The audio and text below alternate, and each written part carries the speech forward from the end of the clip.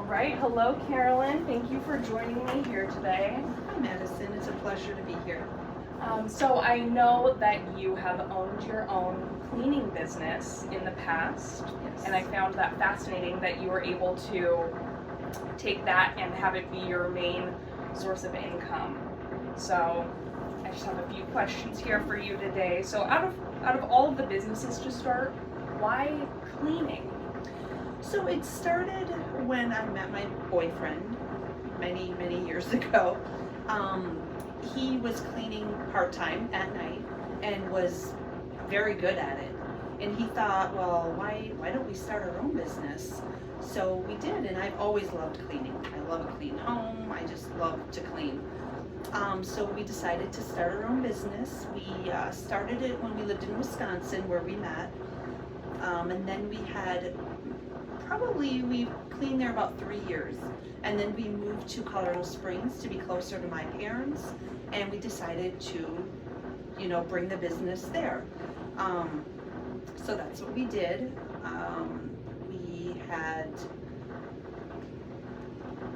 We had been in business for 25 years, and then I moved here. He stayed there. He currently still has the business. So, yeah, that's how that all started. Okay, oh, that's very interesting. Cleaning, not many people can say that's a passion of theirs. So. No, and we were both very passionate about it. Yeah. It's just something to take something so filthy, so often it was filthy, and then just to look at it when you're done and you're like, wow, that's just amazing. A lot of hard work, I'm sure. It's a lot of hard work. Yeah, so what went into actually getting the business up and running? A lot goes into getting a business up and running. The first thing we did, we had to pick out a business name. So we decided on Mr. Clean Janitorial. He obviously chose that. And then we had to license our business. We then had to get our employer identification number, and that's so you can, get a bank account, purchase items, file taxes. We were a sole proprietorship, so we did it that way. We didn't do it like as a partnership or anything. We just did sole proprietorship. You had to have insurance, liability insurance. We were also bonded in case of any type of employee theft or anything. We then had to create contracts, mostly we did home cleaning, we did janitorial cleaning, carpet cleaning, we stripped and waxed floors, washed windows, anything to do with keeping the home or business clean. We also did lawn care. So we would shovel snow also, anything to keep the property in tip-top shape, inside and out. Probably one of the hardest parts about the business was getting clients. The marketing part, it's very expensive to advertise in a phone book. Yeah.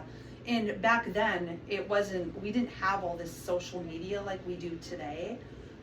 We had some, but not like it is now. People don't advertise in the phone book anymore. You just put it on Facebook or whatever type of social media, but back then we had to do marketing that way. We had met a few people while we were there, and so word of mouth was really important. We were new to Colorado Springs, so we didn't know a lot of people other than my parents. Yeah, that was really hard. We did a lot of cold calling. It's brutal. Oh. Yeah. Oh, it's sure. brutal. People will say, "I'm sorry, I don't have time." Click, and it's really frustrating. And so we actually hired someone to do cold calling for us, a professional who does it for a living.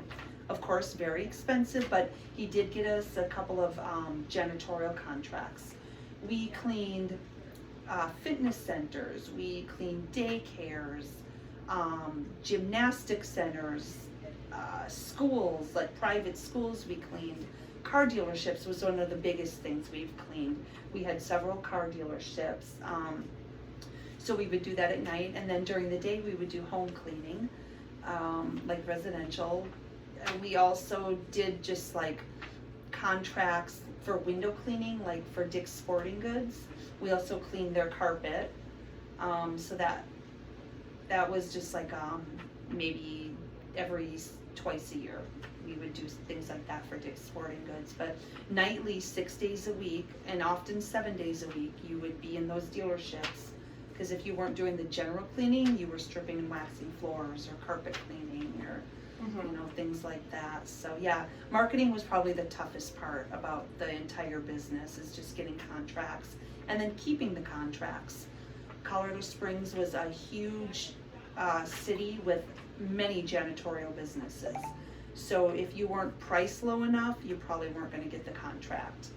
Quite honestly, yes, they wanted their facility clean, but really they wanted also a low price. So your day-to-day was really hectic.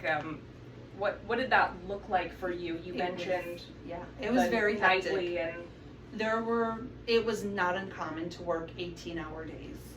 It was very common, and so it was stressful. It was a lot of work. I had 6 children by the time we had already been in it for 25 years, and so trying to balance your personal life, making sure you're there for the kids, but wanting also to give them a really good life. It was very hard. It was stressful.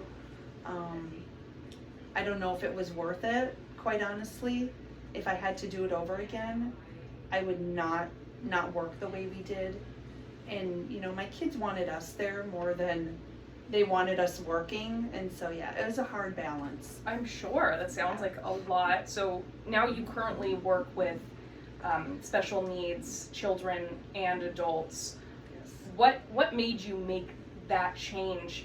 They're so drastically different. Yeah, so I volunteered as much as I could at my daughter's school.